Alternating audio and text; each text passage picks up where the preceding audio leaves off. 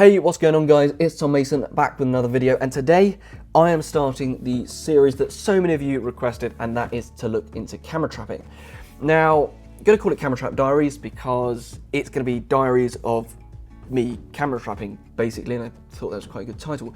But the first couple of videos are going to look at why we camera trap in this episode and what I want to get out of it. The second episode, we're going to look at the basic gear for camera trapping, and then thirdly, we're going to look into a more detailed review of the trigger systems and why you might want to invest in certain triggers for certain things. But today, why camera trap? Well, as photographers, I mean, one of the things we're passionate about is making beautiful images, and a lot of the time actually being behind the camera. So the idea of making a remote autonomous camera that does the job for you can seem a bit kind of odd really, because you want to be behind the camera. But the thing is, with wildlife shooting, there are pictures that you want to create that are almost impossible if you've got the camera in your hand. If you want to get it extremely close to an animal that might be dangerous, or you want to get it into a location that you can't physically be, then a camera trap looks like quite a good option to make something different.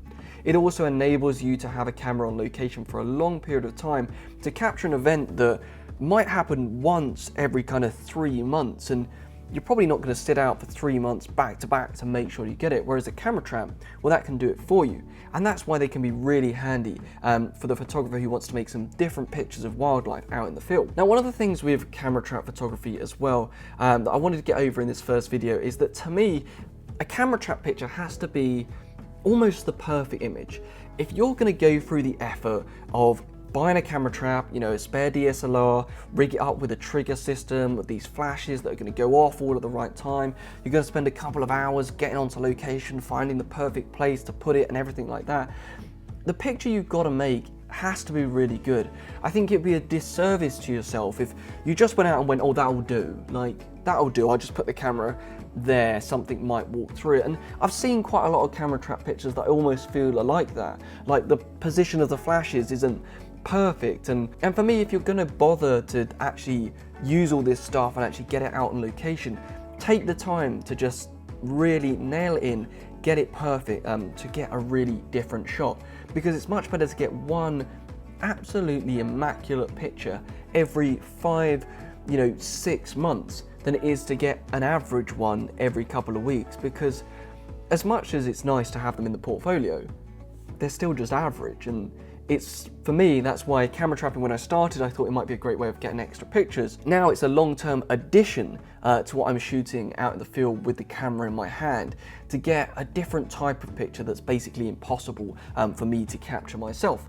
So that's what camera trapping is to me, and some of you might disagree, some of you might be like, no, I just want to get some nice pictures, but that's what it is in my mind, and I wanted to get that across. But in terms of camera trapping as a more generalist reason, well, why is it really handy? Well, it's great if you want to know what's on your doorstep, what's around, or of course, if you want to make some really nice pictures of wildlife, but you don't have all of the time in the world to constantly be sat outside, actually using a camera trap is a great way to make pictures in your garden, anything like that, or even in the local area whilst you're at work. That's fantastic, because you can get on with something else and not feel guilty because you're still getting some great pictures. It's really good fun. And camera trapping can come in, a variety of investments, let's call it. You can go for something like a Bushnell, and the Bushnell, as much as it is a great solution for finding out what's on the doorstep, it's going to give you pictures, it's going to give you video, it's not going to give you top class images. Like, don't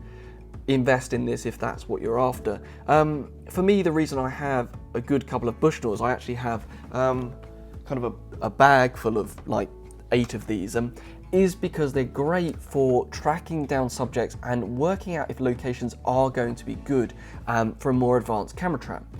Camera traps are expensive to put out, and the Bushnells are a lot cheaper in terms of actually scouting out an area and see if it's going to be good for a camera trap. That can have its frustrations, because sometimes you put out a Bushnell, it captures absolutely what you want to happen, and then you put the proper camera trap in and nothing happens for like a month or even sometimes like a year. But the Bushnells are great for just working out if pathways and tracks have a good passage of subject, so that you can then use a more kind of substantial camera trap to get a more interesting picture. And that's where you're going to step up to a DSLR or you know, even a mirrorless camera maybe, to get those better shots. And I pretty much just use a standard Nikon DSLR for most of the stills work I do. But that is pretty much a quick overview of camera trapping, why I do it, and what I'm looking to gain from it.